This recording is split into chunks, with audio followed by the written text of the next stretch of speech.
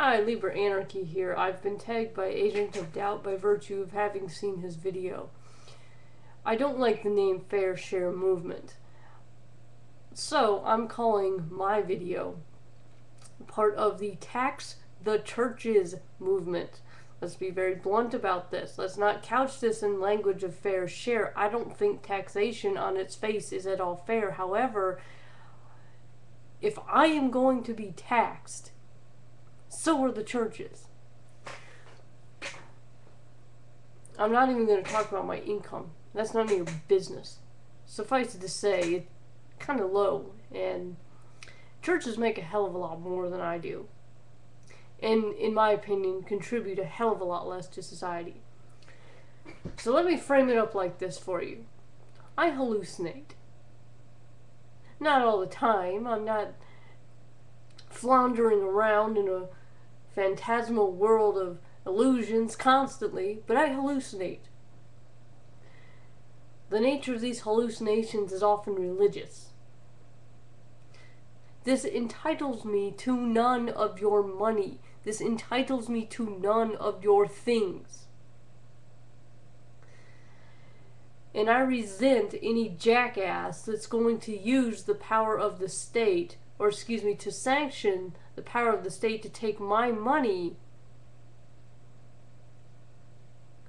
the fruit of my labor, that I could actually give to charity and such, while they, because they happen to be paying lip service to shit that doesn't exist, get to be exempt from having their shit taken from them. Now, let me frame it up for you like this.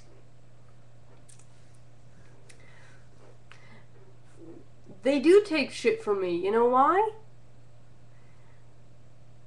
Some jackass decides to burn down a church for whatever reason. They think it's cool or something, right? They burn down a church. The church calls the fire department. It doesn't matter that I have different ideas about, say, private fire departments or buying fire insurance or something like that. But the fire department here is paid for by my taxes. The church uses it.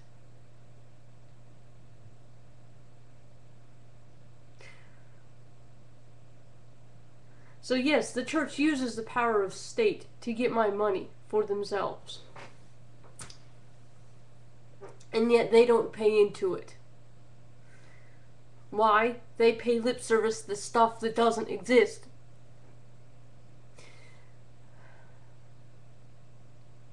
Women and gays and other people that many religions, at least here in the United States, don't happen to like, end up paying for the churches who use things like police and fire and say lawyers, such as if their minister gets arrested, they have the right to an attorney appointed to them by the state, etc., and so on and so forth, right?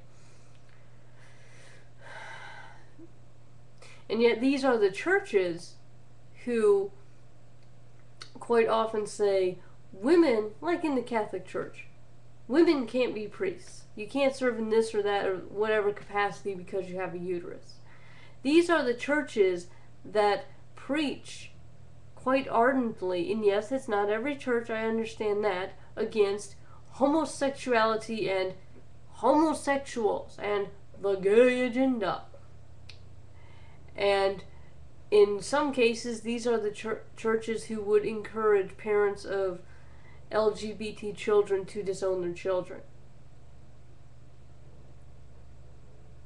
In some cases, these are churches, now granted, this is rare, but in some cases, these are churches who would say that the white man is somehow above every other race.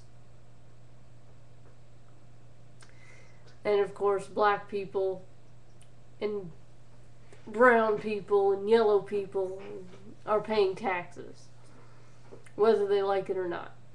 And people like me who want nothing to do with funding such people end up paying these people indirectly through the state.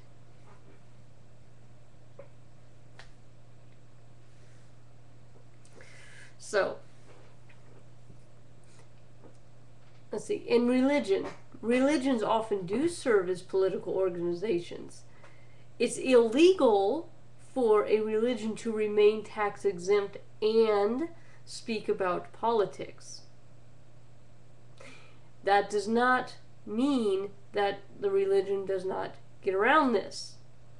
There are many religions that will speak ardently against homosexuality and will fund campaigns against things like marriage equality with multi-billion-dollar corporations that aren't taxed, or with funding or with stocks in multi-billion-dollar corporations that aren't taxed, and yet they will not directly say, oh, vote yes on this or no on that. They will say, homosexuality is wrong. Marriage should be one man and one woman, and that's the only definition of marriage that has ever been, and I understand that that's not true, but that's a lie that they will often say. In fact, I heard one political pundit on the radio saying, all religions that ever existed defined marriage as one man and one woman. Eh? Okay, whatever. It's called a lie. Okay, but that doesn't have anything to do with taxation. Okay. So, my whole thing is, look, we're either going to be taxed or we're not going to be taxed.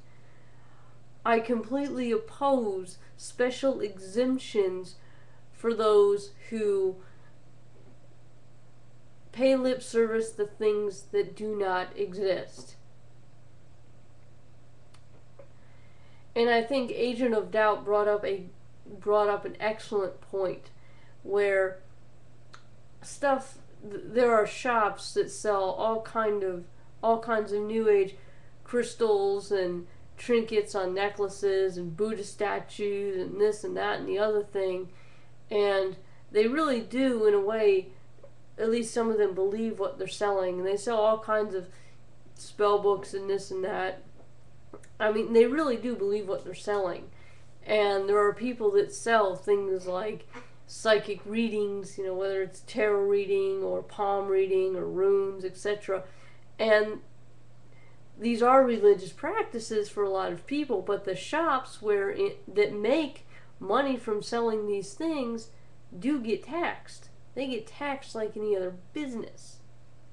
And yet the religions that are more sanctioned, more accepted in our culture because they're more normal, don't get taxed. So I'm saying, if you're going to tax us, tax all of us. Don't let con artists and charlatans say, oh, this is an avenue where I can just make a bunch of money and have it not be taxed, and I can fool the gullible masses. Alright, okay. And there's one other angle I was going to talk about. Crap. Come on, brain.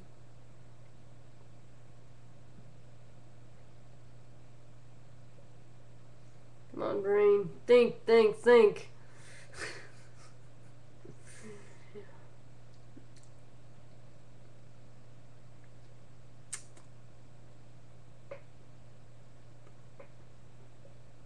Crap. Well, I forgot. It's gone. It's gone. So, that's my tag video, Agent of Doubt. There you go. And so, yeah. But forget this fair share. I won't rant about that. But, yeah, tax the churches. Let's call this the tax the churches movement. okay?